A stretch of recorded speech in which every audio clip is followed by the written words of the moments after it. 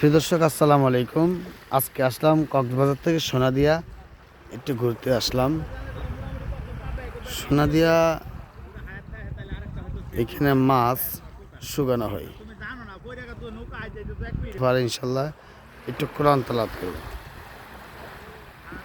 সমুদ্রের আওয়াজ, পানির আওয়াজ এবং কোরআন তালাওয়াত আওয়াজ ইনশাল্লাহ শুনতে ভালো লাগবে। أعوذ بالله من الشيطان الرجيم. بسم الله الرحمن الرحيم. يا أيتها النفس المطمئنة